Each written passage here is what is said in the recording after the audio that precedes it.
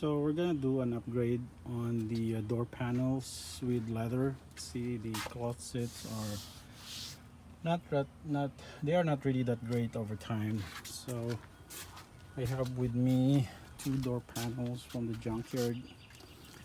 I just cleaned them up. I'm gonna put some protectant on this one.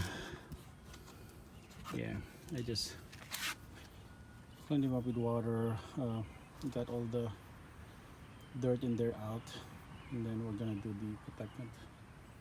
So most of it is like just hidden by screws over here, two of them, and then one over here, and then you just pull it out. First things first, we're gonna use a pick to open up this panel over here.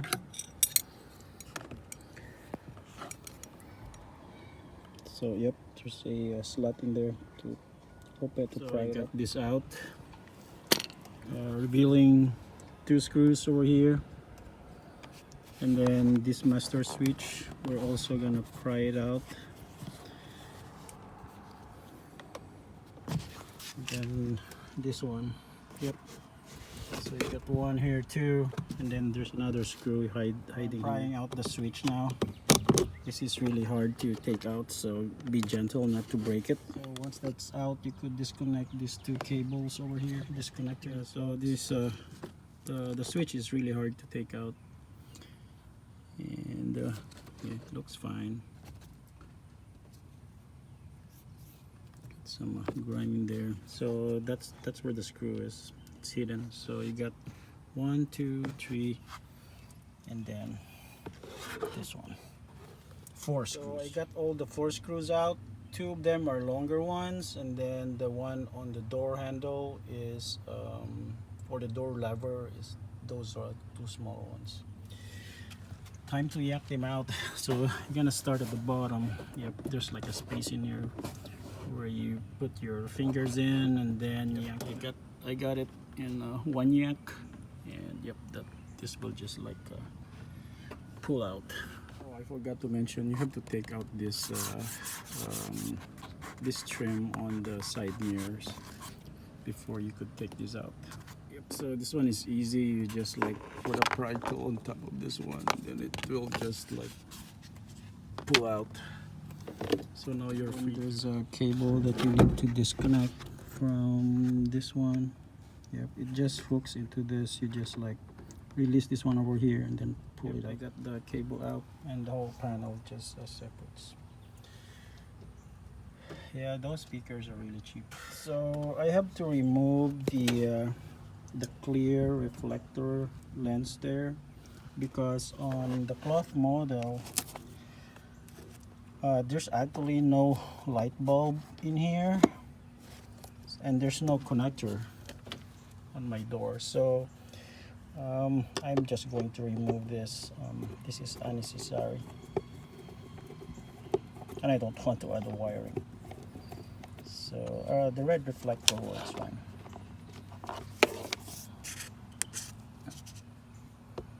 I don't think it's like a paddle light too, but oh yeah, it's a paddle light too.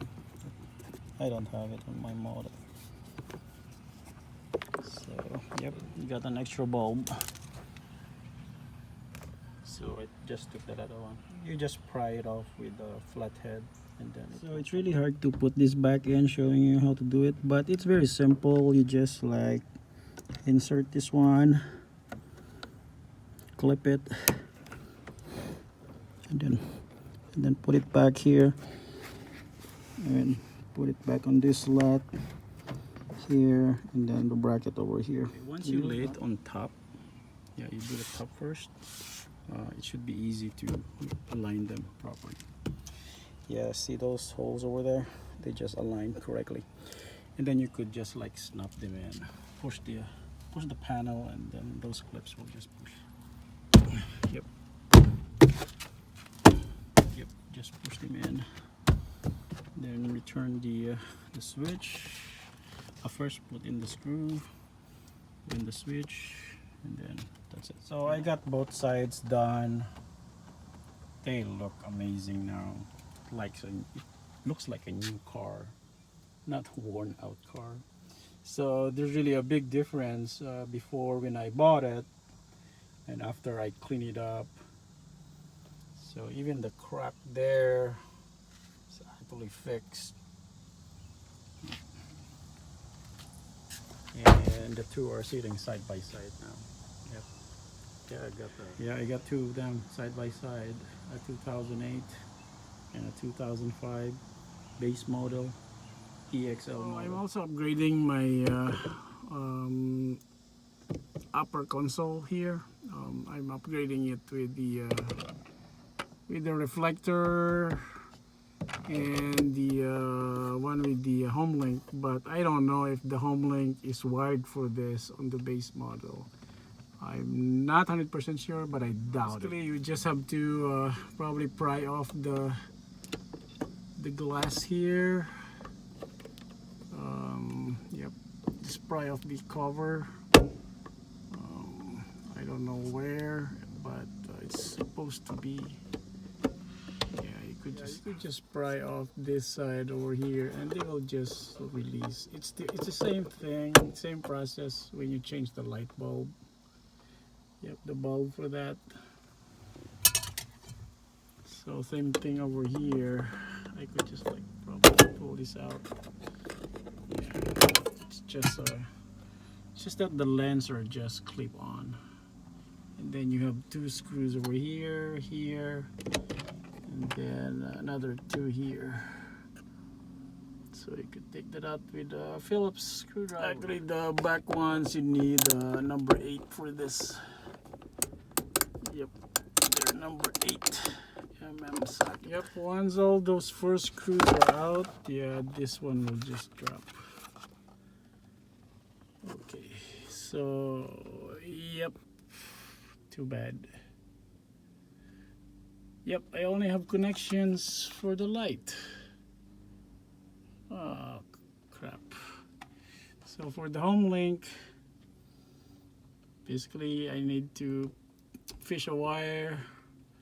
This is always on to somewhere over here. Probably tap it in the radio. Yeah, I'll do that later on. Looks like the other one is an LED. The other one is an incandescent. And I think I could probably wire this such that my home link is on. I think this connector for this light is always hot, like there's always power. So yep, we'll see, and then we'll do that fix next. I'm putting in the existing connector to the ones that I have for the EXL model, and then put that back in. So I wonder what the this violet, purple and black wire is for. Looks like an extra wire, but yep. So this one, yeah, I don't think there's a purple wire in here. So when I put in the first screw, it grounded it, and then I have power. Yeah, that's an LED light. This one is an incandescent bulb. So there you go. Yep. So I'm doing plastic welding now.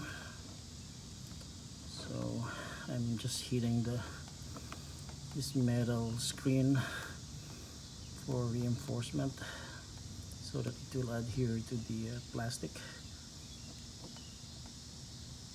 So once that's heated and melted and adhered to the surface of the plastic, I'm going to melt the plastic there, and then that should be it. No epoxy, no adhesive, just this. I used to use zip ties and adhesive before, and it's a lot of work because you need to have like a bundle or fiberglass epoxy with it. So we need to sand it down.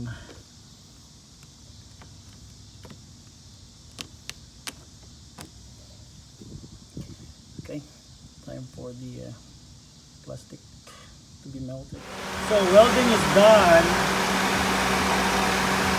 It should be strong enough.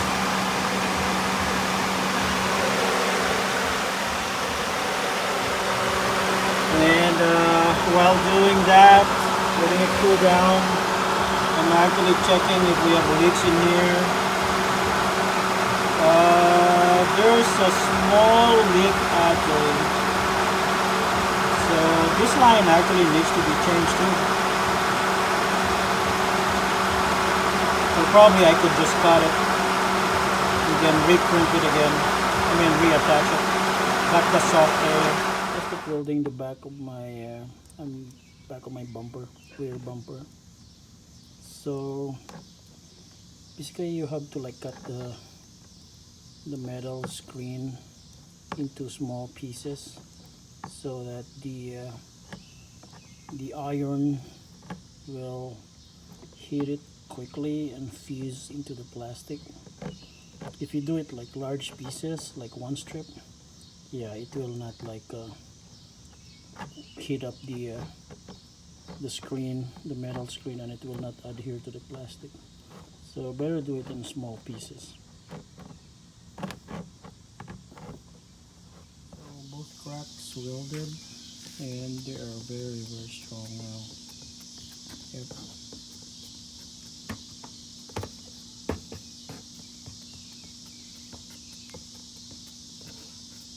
Yep. So I'll just sand this up, fill the cracks with Bondo, and we should be good. Same thing with the this one. I'm not so sure with this one though, because this is not noticeable, but this one was also welded and it's so strong. Finally I was able to make use of this minivan. It was able to hold this Nordic treadmill inside. It's like a 35-minute trip.